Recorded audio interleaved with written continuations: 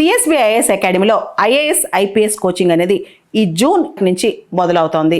ఎవరైనా సరే అడ్మిషన్ కోసం ఈ ఫోన్ నెంబర్ని కాంటాక్ట్ చేయొచ్చు. ఇంత ఫాస్ట్ మూవింగ్ వరల్డ్లో మన ప్రపంచంలో మనం చూస్తే మనుషులు చాలా ఫాస్ట్గా సెకండ్ లెక్కేసుకుంటున్నారు. కానీ ఇంతే ఫాస్ట్ మూవింగ్ వరల్డ్లో మనకి ఎమోషనల్ ఇంటెలిజెన్స్, భావోద్వేగ ప్రజ్ఞ రోజు రోజుకి తగ్గిపోతుందా? హ్యూమన్ అటాచ్మెంట్స్ విపరీతంగా పెరిగిపోతున్నాయా? ముఖ్యంగా ఎమోషనల్ బాండింగ్స్ విపరీతంగా పెరిగితే ఏమవుతుంది?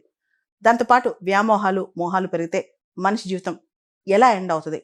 దీనికి సంబంధించి మనం ఒక కథ తెలుసుకోవాలి. అదే తులసీదాస్. హనుమాన్ చాలీసా, రామచరితమానస్ ఇవన్నీ రాసిన తులసీదాస్. ఆయన అక్బర్ కాంటెంపరీ అనమాట. ఆయన పుట్టినప్పుడు ఇచ్చిన తెలియగలవాడు, జ్ఞాని. అయితే భార్యకి చాలా అటాచ్మెంట్తో ఉన్న వ్యక్తి అనమాట. భార్య అంటే చాలా ఇష్టం, చాలా ప్రేమ, వ్యామోహం, పిచ్చి అనమాట. ఒకసారి ఆయన భార్య రత్నావళి ఆవిడ పుట్టింటికి వెళ్తుంది. పుట్టింటికి వెళ్తే ఒకరోజు అర్ధరాత్రి పూట ఆవిడ చూడాలనిపిస్తుంది అనమాట. చాలా విపరీతమైన వర్షం, డార్క్ నైట్ అనమాట. గంగా నది దాటి ఆ వర్షంలో, ఆ నదిలో ఏ వస్తున్నాయో కూడా తెలుసుకోకుండా చాలా తిప్పలు పడి దాటి వెళ్తాడు. వెళ్ళిన తర్వాత ఆవిడ పుట్టిల్లున్న ఊరికి వెళ్తూ ఉంటాడనమాట. వెళ్ళే దారిలో సర్పాలు ఎదురవుతాయి, అన్నీ దాటుకుని వెళ్తూ ఉంటాడు. ఫైనల్గా ఆవిడ ఒక పై ఇంట్లో ఉంటుంది. ఆ టైంలో ఒక రోప్ అనుకుని చెప్పి ఒక పాముని పట్టుకుని ఆవిడ దగ్గరికి వెళ్తాడు. అర్ధరాత్రి పూట తలుపు కొట్టిన భర్తను చూసి ఆవిడ షాక్ గురవుద్ది అనమాట. ఈ టైంలో ఎందుకు వచ్చావంటే, నిన్ను చూడాలనిపించి వచ్చానంటే ఆ ఫైనల్గా ఆయన గట్టిగా గద్దిస్తే తిడుతుంది అనమాట. నేను కేవలం ఫ్లెష్ అండ్ బ్లడ్. నా కోసం ఇంత మోహం, ఇంత పిచ్చి నీకు అవసరమా? ఇవన్నీ మనం ఏదో ఒక రోజుకి అంతం అవ్వాల్సిన జీవితాలు. సమాజం కోసం బతుకు, మనుషుల కంటే మించింది దైవం ఉన్నాడు, దేవుడి కోసం బతుకు అంటే ఆయన అప్పుడు రియలైజేషన్ వచ్చి బయటకు వచ్చి ఆ టైంలో ఆయన రామచరితమానస్ కానీ, హనుమాన్ చాలీసా కానీ ఇవన్నీ రాస్తాడనమాట. అంటే ఈ కథలో నేర్చుకోవాల్సింది, మనిషికి అటాచ్మెంట్స్ ఉండొచ్చు, మోహాలు ఉండొచ్చు, ఏవైనా ఉండొచ్చు, కానీ అవి పరిమితుల్లో ఉండాలన్నమాట.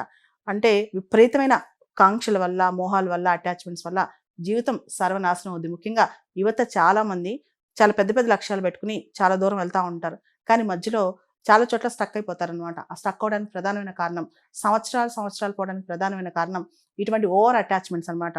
అంటే మనం లైఫ్ని స్విచ్ ఆఫ్ చేయాలి, ఎక్కడ స్విచ్ ఆన్ చేయాలి, ఎక్కడ లైఫ్లో ఏది చేయాలి, ఏ టైంలో ఏది చేయాలి, చేసినప్పుడు ఎక్కడ ఆపుకోవాలి, ఎక్కడ నిగ్రహించుకోవాలి, నియంత్రణ ఎక్కడ ఉండాలో తెలుసుకుని బతకడమే మనిషి చేయాల్సిన పని అనమాట. చాలామంది తెలియక నెక్స్ట్ ఇయర్ మారుతాను, ఆ తర్వాత ఇయర్ మారుతానని చెప్పి యూత్ఫుల్ ఇయర్స్ అన్ని కూడా నాశనం చేసుకుంటారు. ఏ విషయంలో అయితే ఫోకస్ పెట్టాలో, ఏది టెంపరీయో ఏది పర్మనెంటో తెలియక అనవసరమైన విషయాల మీద ఎక్కువ ఫోకస్ పెడతారనమాట. సో వెనక్కి తిరిగి ఇదంతా ఆలోచించుకుంటే ఇదంతా మనం ఎందుకు చేసామని చెప్పి ఒకనాటికి మనం తెలుస్తుంది. ఇది తెలిసే లోపల జీవితం మొత్తం అయిపోద్ది అనమాట. జీవితం అనేది చాలా చిన్నది, చాలా ఫాస్ట్గా అయిపోద్ది. మనకు తెలియనంత ఫాస్ట్గా అయిపోద్ది. ఈ జీవితం 10 సంవత్సరాలు, 20 సంవత్సరాలు, 30 సంవత్సరాల కాలం ఎంత ఫాస్ట్గా పరిగెట్టిద్దో మనకు తెలియదు అనమాట. జీవితం చివరికి వచ్చేసరికి నేను జీవితం మొత్తం ఏం చేశాను, ఏం సాధించాను, నేను అనుకున్న పర్పస్ అన్ని నెరవేర్చుకున్నానా? అంటే లైఫ్ అనేది ఫుల్ఫిల్డ్ లైఫ్లా ఉండాలి. అంటే అందరూ ఐఏఎస్లు అక్కర్లేదు, లేదా అందరూ పిఎంలు, సీఎంలు అవ్వక్కర్లేదు. కానీ వాళ్ళ లైఫ్ చివరిలో తిరిగి చూసుకుంటే వాళ్ళకి ఫుల్ఫిల్మెంట్ ఇవ్వగలగాలన్నమాట. అదే తృప్తిగల జీవితం. ఇలాంటి జీవితం మనం జీవిస్తామా లేదా, నిజంగా మనం వెనక్కి తిరిగి చూసుకుంటే మన రోజులన్నీ బాగానే వెళ్ళాయా అనే సాటిస్ఫాక్షన్ మనకు వస్తే అదే గొప్ప జీవితం అని చెప్పొచ్చు.